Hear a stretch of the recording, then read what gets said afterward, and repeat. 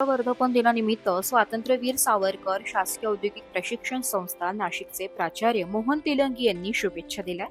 यावेळी त्यांनी नाशिक लोकशाही न्यूजने गेल्या 5 वर्षात समाजातील विविध प्रश्न, घडामोडी आणि जनतेच्या हिताचे विषय प्रभावीपणे मांडत पत्रकारितेची जबाबदारी यशस्वीपणे पार पाडली असल्याचं सांगितलंय। तसेच लोकशाही मूल्ये जपत निष्पक्ष आणि विश्वासार्ह वृत्तांकनाच्या माध्यमातून वृत्तवाहिनीने वाचक व प्रेक्षकांचा विश्वास संपादन केला असल्याचं त्यांनी नमूद केलंय।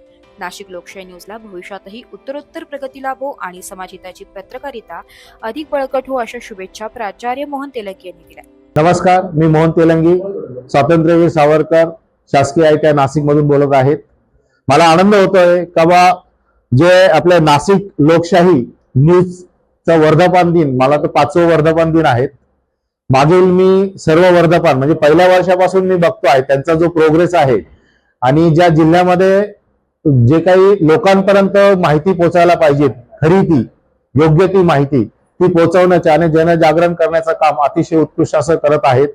आणि हा 5वा वर्धापनानिमित्त मी त्यांना खूप शुभेच्छा देतो आणि असंच लोकांच्या हितासाठी, लोकांच्या कल्याणासाठी आपण जागरूक एक चांगलं न्यूज चॅनल असंच काम करत राहावं असं मी शुभेच्छा देतो। धन्यवाद।